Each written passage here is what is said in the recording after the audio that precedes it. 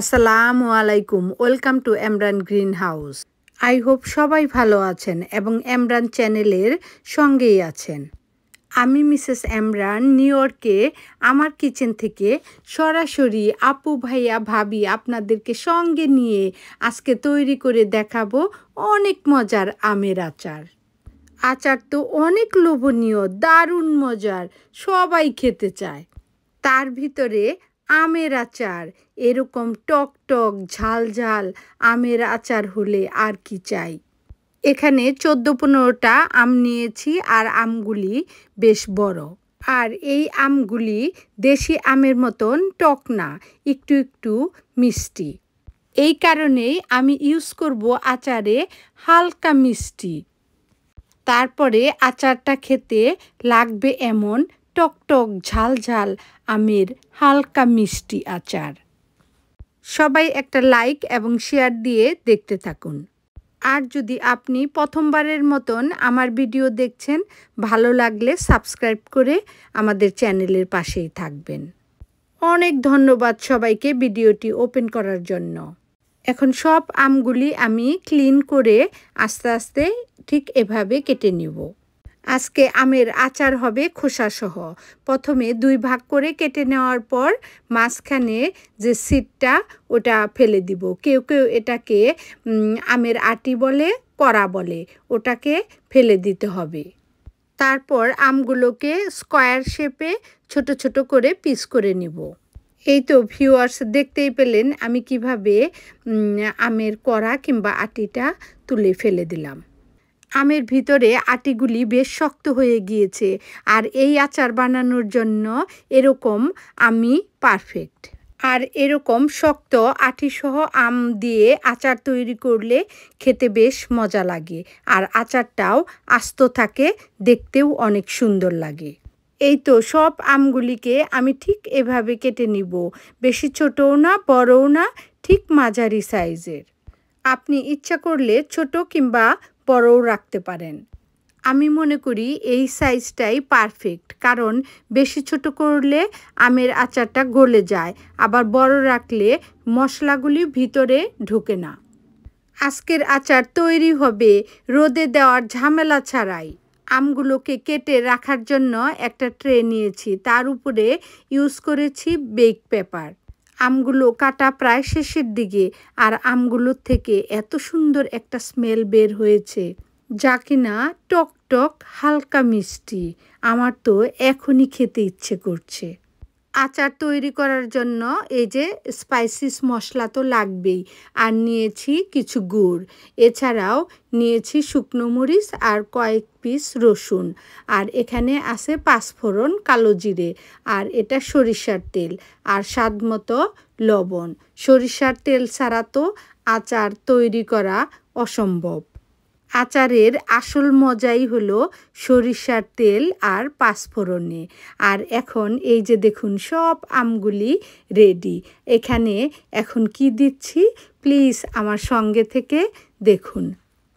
প্রথমেই স্পাইসিস মশলার ভিতরে আমি ইউজ করব মরিচের গুঁড়ো, হলুদের গুঁড়ো আর গোলমরিচের গুঁড়ো। আর একটু আগেও বলেছি, আবারও দেখিয়ে দিচ্ছি, এই যে এখানে গুড় নিয়েছি। হালকা করে মিষ্টির জন্য গুড় ইউজ করব। গুড় তো আচারে অনেক টেস্ট বাড়ায়। আর নিয়েছি শুকনো মরিচ। এই শুকনো মরিচ আর রসুনের পিসগুলি কখন কিভাবে ইউজ করি প্লিজ সঙ্গে থেকে দেখবেন। এই যে 5 ফোড়ন আর কালি জিরা, এটাই আচারের স্বাদকে বাড়িয়ে দিবে দ্বিগুণ। আরও নিয়েছি সরিষার তেল। এই সরিষার তেল অল্প করেই নিয়েছি, আরও লাগলে ইউজ করব। আর নিয়েছি স্বাদমতো লবণ। এখানে নতুন রাঁধুনিদের জন্য টিপস হলো খুব ভালোভাবে খেয়াল করবেন, আর হলো অল্প অল্প করে জিনিস ইউজ করবেন, লাগলে আবার দিবেন। প্রথমে হলুদের গুঁড়ি, মরিচের গুঁড়ি, আর হলো গোলমরিচের গুঁড়ি, আর স্বাদমতো লবণ দিয়ে দিব। স্বাদমতো লবণ দিয়ে দিলাম। এখন সব কিছুকে একসঙ্গে আলতো হাতে মেখে নিব। এই তো হাতে হ্যান্ড গ্লোভস পরে নিলাম। এখন এই সব কিছুকে সুন্দরভাবে এই যে হালকা হালকা করে একদম সব মশলাগুলি যেন আমের গায়ে গায়ে বসে যায় এমন করে মেখে নিতে হবে। এই তো মশলা দিয়ে মাখানো শেষ। শুকনো মরিচ, পাঁচফোড়ন, কালো জিরা সব কিছু একসঙ্গে করে এই যে এভাবে ফ্রাই প্যানে টেলে নিব। হালকা বাদামি কালার হওয়া মাত্রই নামিয়ে নিব। এই যে দেখুন কালার চেঞ্জ হয়ে এসেছে আর এগুলি ভাজাও প্রায় শেষের দিকে। অন্যদিকে ছড়ানো একটি পাত্রে সরিষার তেল দিয়ে দিলাম। এরপর রসুনের পিসগুলি কুচি করে কেটে নিয়েছিলাম সেগুলিও দিয়ে দিলাম। এখানে অনেকে ইচ্ছা করলে রসুনগুলিকে কুচি করে না কেটে আস্তও দিয়ে দিতে পারেন। রসুনের কালারটা যখন হালকা বাদামি হয়ে আসবে ঠিক তখনই তার ভিতরে দিয়ে দিলাম এলাচ, দারচিনি আর তেজপাতা। সরিষার তেল আর রসুন থেকে এত সুন্দর একটা ঝাঁঝালো স্মেল বের হয়েছে, যে আচার তৈরি করেছে সেই জানে এবং আমি বুঝতে পারছি কি সুন্দর দারুণ মজার আচার হবে। মাখানো আমের সব পিসগুলি আস্তে আস্তে ছেড়ে দিব। তারপর এটাকে ভালোভাবে নেড়েচেড়ে এপিট ওপিট ভেজে নিব। এই পর্যায়ে স্টোভের আঁচ থাকবে হাই। খুব ভালোভাবে আমগুলিকে তেলের ভিতরে ঠিক এভাবে নেড়েচেড়ে ভেজে নিতে হবে যাতে আমের গায়ে কোনো রকম পানি না থাকে। আমগুলোকে ভালোভাবে নেড়েচেড়ে কষিয়ে নিব। অন্যদিকে পাঁচফোড়ন ভেজে নিয়েছিলাম। এই যে দেখুন এটাকে এখন এভাবে আমি গুঁড়ো করে নিব।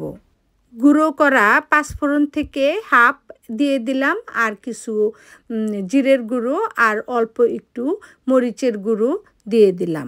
আমি শুরুতেই বলেছিলাম যে কোনো মশলা অল্প করেই দেওয়া ভালো, লাগলে আবার দিব। আমি সব সময় মশলা আন্দাজ করেই দিয়ে থাকি আর তাতেই পারফেক্ট হয়। এখন পানির পরিবর্তে আচারে দিয়ে দিলাম সামান্য একটু ভিনেগার। এই ভিনেগার ইউজ করলে একদিকে আমটা যেমন হালকা একটু সিদ্ধ হবে আর অন্যদিকে আমের আচারটা অনেক বেশি দিন ভালো থাকবে। সব মশলা এবং লবণের টেস্ট বোঝার জন্য আচারটা একটু মুখে নিয়ে টেস্ট করেছিলাম, তবে বোঝা গেল একটু লবণ লাগবে, তাই লবণ আবার ইউজ করলাম।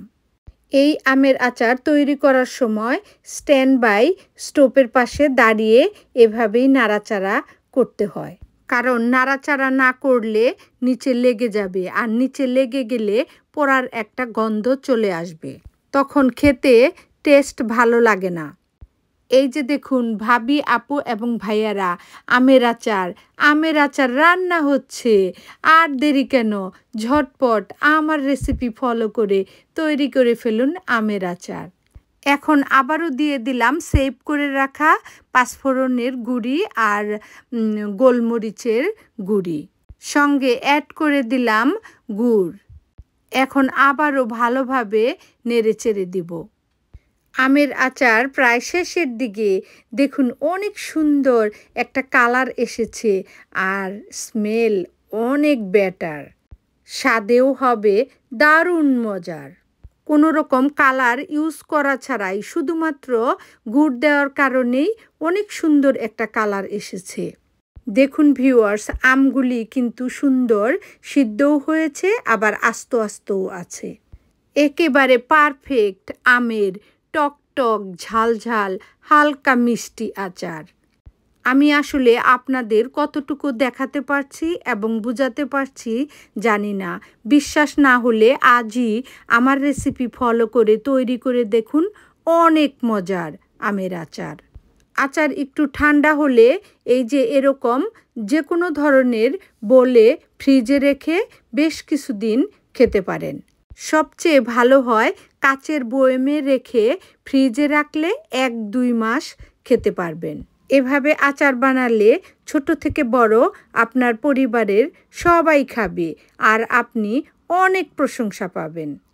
প্রতিদিন লাঞ্চ কিংবা ডিনারে সালাতের পাশাপাশিও থাকতে পারে এমন একটি আচার, কিংবা পরিবারের ছোটোখাটো পার্টিতেও আচার বানিয়ে রাখতে পারেন। আবারও দেখা হবে অন্য কোনো ভিডিওতে। ততক্ষণ সবাই ভালো থাকবেন। বাই।